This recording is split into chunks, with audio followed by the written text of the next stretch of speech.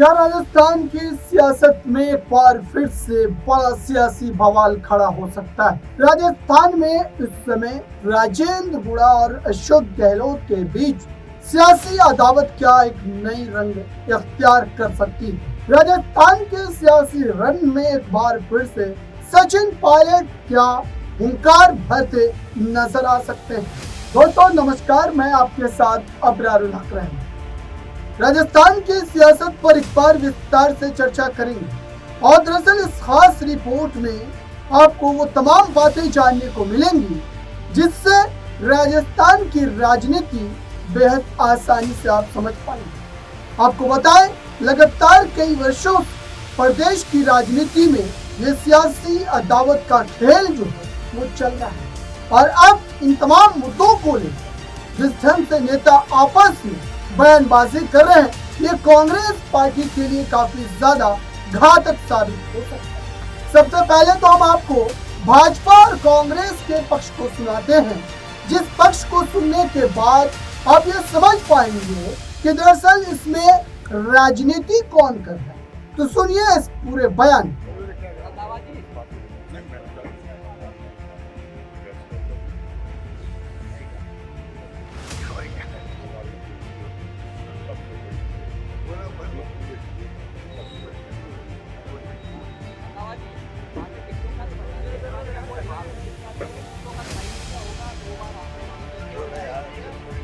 देखिए, हमारी कांग्रेस में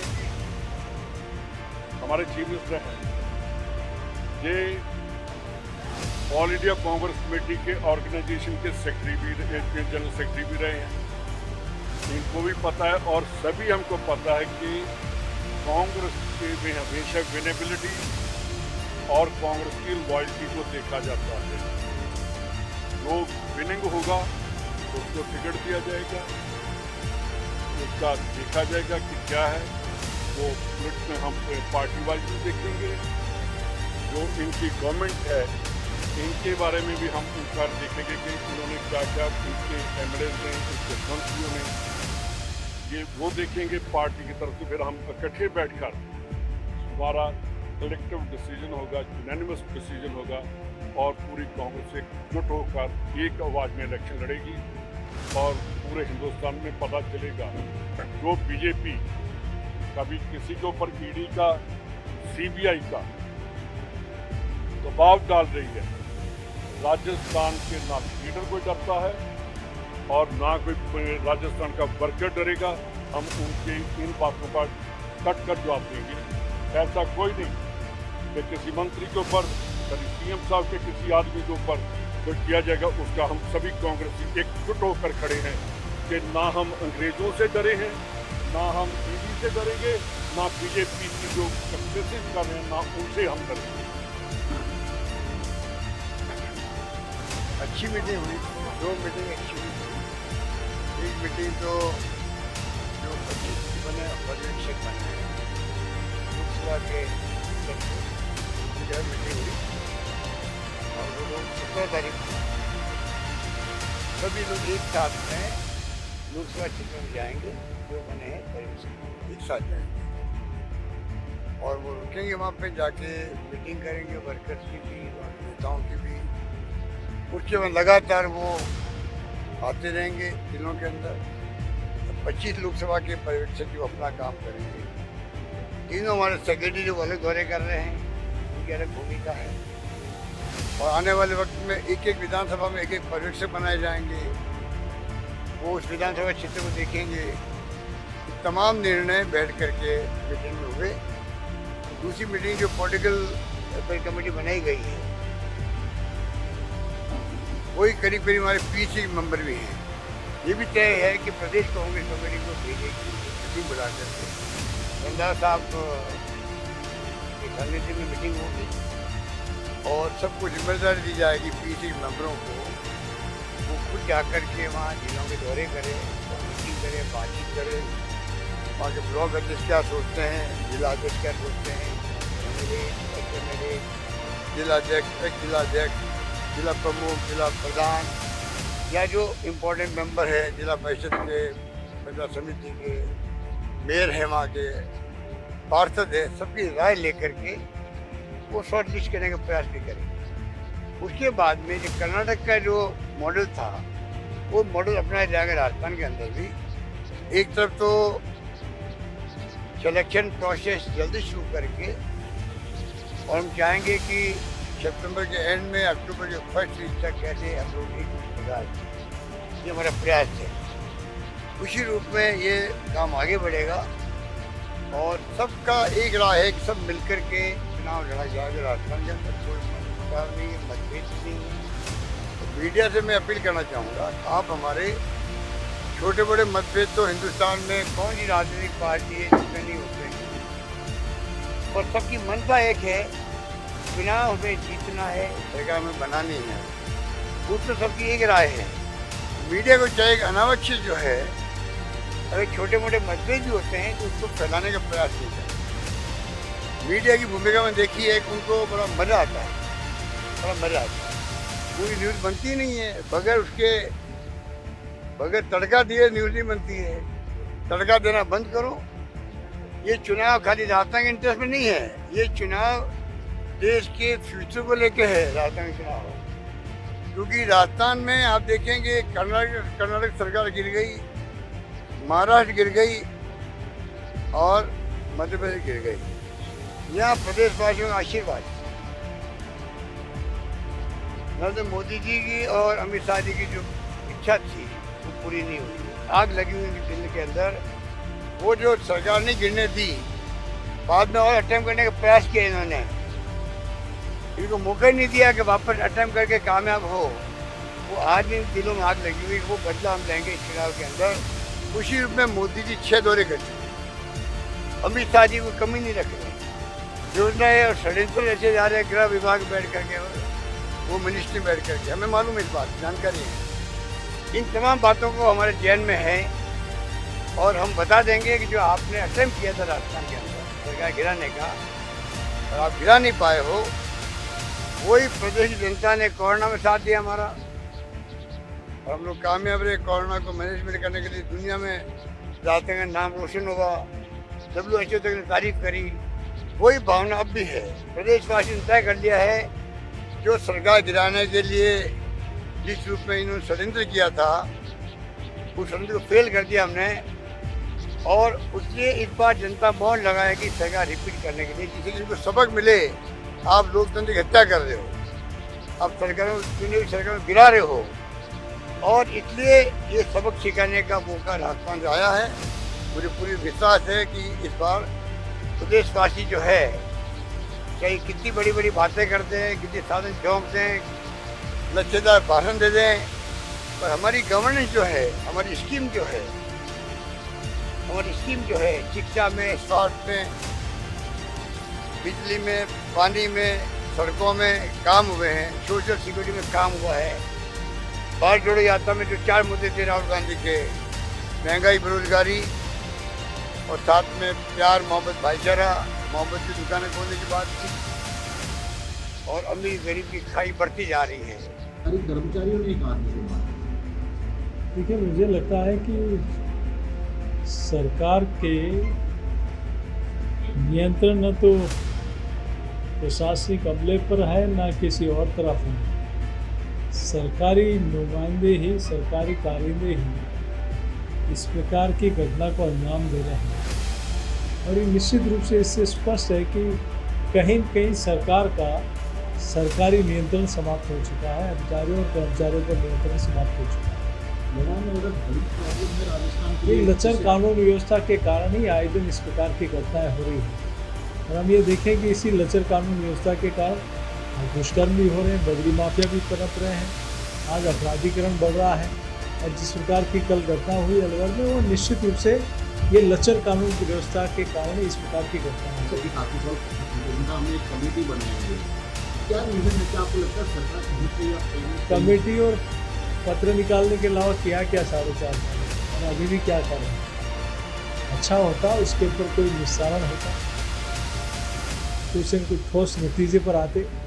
सिर्फ बयान देने के इससे कुछ नहीं होता, उसके लिए मैकेनिज्म तैयार करना पड़ता है। उसके कैसे बच्चों का साइकोलॉजिकल उनका मनोवैज्ञानिक उनके ऊपर दबाव कैसे हटे, ये सारी व्यवस्था करनी पड़ती है। लेकिन सरकार का इस बारे में कोई चिंता नहीं है। तो दर्शकों, आपने सुना दोनों ही पक्ष, या अशोक गहलोत की बात करें या भाजपा के प्रदेश अध्यक्ष सीपी जोशी की बात करें, वो एक दूसरे को नीचा दिखाने की कोशिश कर रहे हैं। लेकिन वाकई अगर हकीकत में आपको राजस्थान की सियासत को समझना है तो आपको यह खास रिपोर्ट एक बार जरूर देख लेनी चाहिए। राजस्थान में विधानसभा चुनाव की दस्तक के साथ ही चूरू विधानसभा क्षेत्र में राजनीतिक सरगर्मियां तेज हो गई। यहाँ कांग्रेस की नब्ज टटोलने के लिए पर्यवेक्षक राजपाल खरोला दोपहर बाद सर्किट हाउस पहुंचे, जहां दावेदारों ने चूरू विधानसभा सीट के लिए अपनी अपनी दावेदारी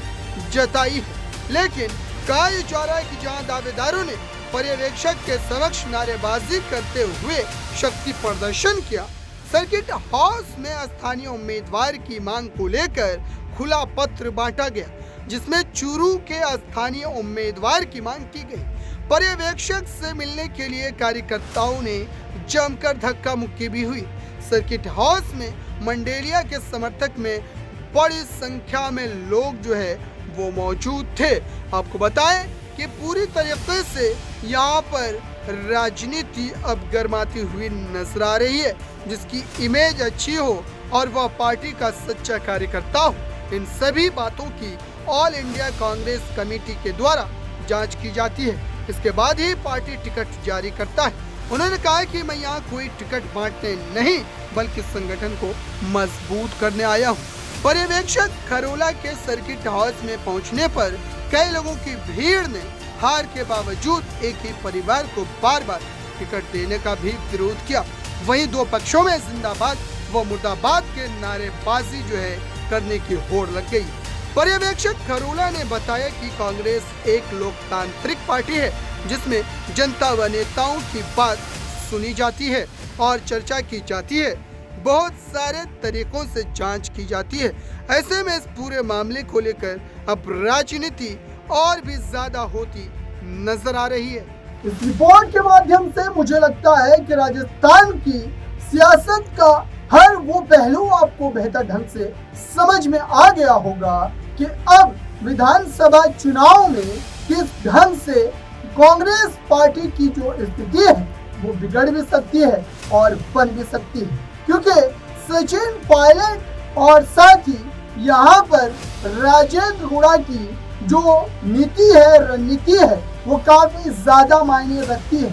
सचिन पायलट ने जो आदिवासी दिवस पर अशोक गहलोत और वहां पर राहुल गांधी की मौजूदगी में भले ही उन्होंने बातों को ज्यादा लंबा तवील नहीं किया, लेकिन इशारों में वो तमाम बातें वो कह गए जो राजनीति में कई बड़े मायनों को दर्शाता है।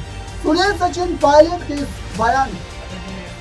राहुल गांधी जी, सम्मान्य मुख्यमंत्री जी, हमारे प्रदेश अध्यक्ष डॉक्टर टाटा साहब, हमारे इंचार्ज रंधावा जी, मंचासीन सभी मंत्रीगण, सभी नेतागण, आज इस आदिवासी दिवस के दिन इतनी बड़ी तादाद में आप सब यहाँ मौजूद हैं और मुझे खुशी है कि आज राहुल गांधी जी हमारे बीच आदिवासी दिवस को मनाने के लिए, आप लोगों को दोबारा विश्वास दिलाने के लिए हमारे बीच मौजूद हैं।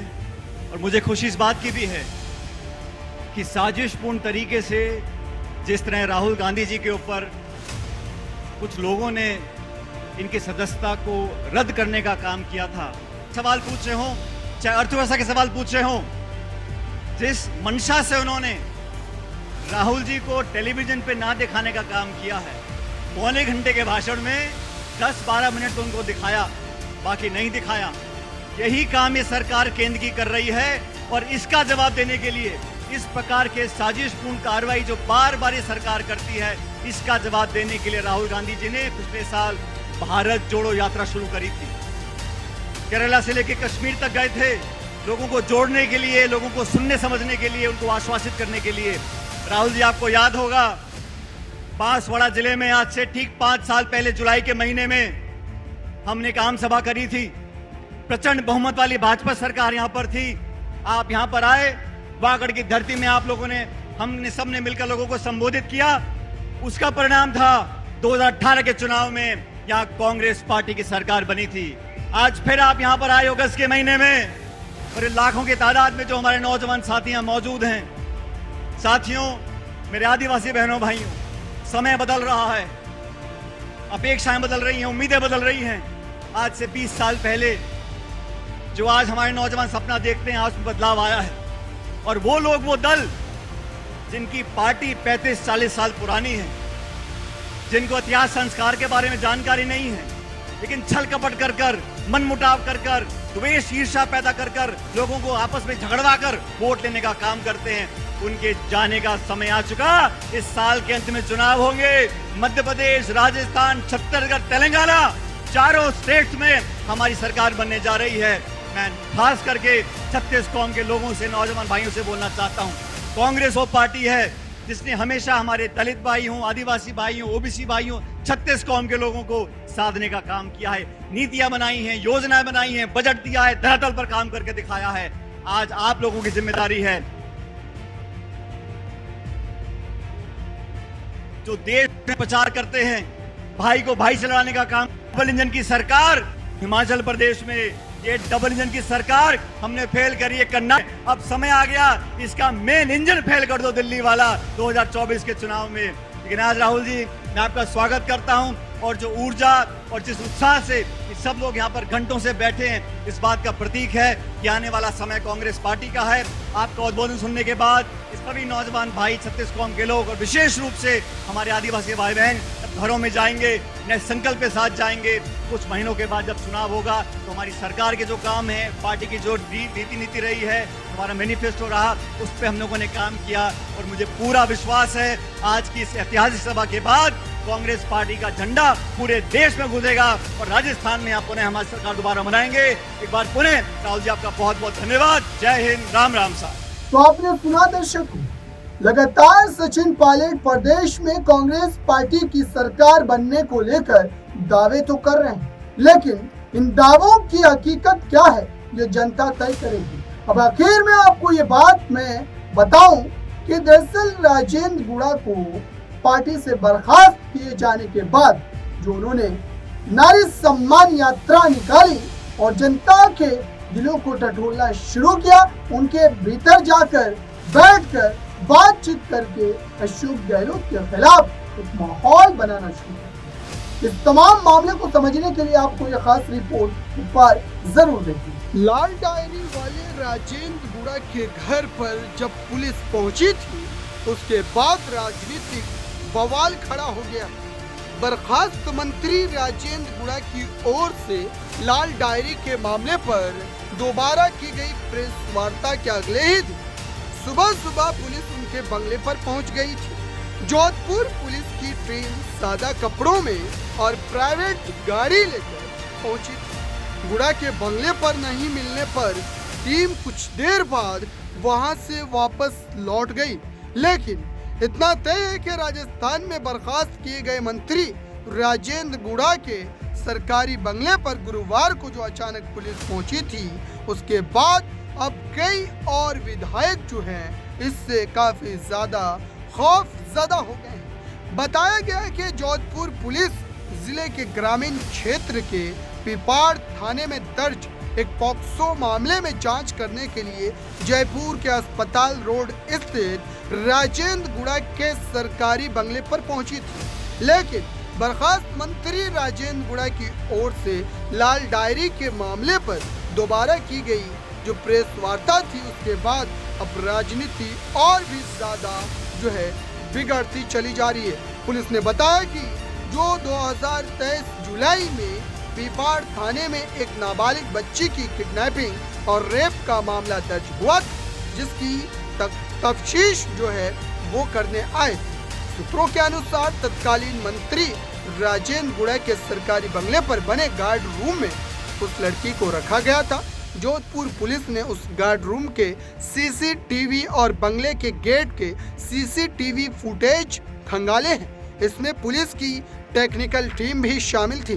पुलिस जांच में जुटी है कि नाबालिग लड़की को गुड़ा के बंगले पर रखा गया था या नहीं, उसके सबूत जुटाए जा रहे हैं। जोधपुर एसपी धर्मेंद्र सिंह यादव ने बताया कि पॉक्सो एक्ट के मामले में फिलहाल 2 आरोपी पुलिस की हिरासत में हैं। जांच के लिए उन आरोपियों के साथ ही पुलिस टीम जयपुर आई है। ऐसा पता लगा है कि वारदात का एक घटना स्थल जयपुर में है और पूर्व मंत्री राजेंद्र गुड़ा ने एक अस्थायी रैन बसेरा बनाया था, जिसे घटना स्थल बताया गया है। यह शुरुआती जानकारी है और ऐसे में अब राजनीति इस पर बढ़ती चली ही जा रही है। तो आपने ये रिपोर्ट देखी, अब आप तय कीजिए कि राजस्थान में सचिन पायलट और यहाँ पर राजेंद्र गुड़ा जैसे बड़े नेताओं के नाराज रहने के बावजूद भी अशोक गहलोत क्या राजस्थान का रन जीतने में सफल हो पाएंगे या फिर नहीं। फिलहाल इस खास रिपोर्ट में बस इतना ही।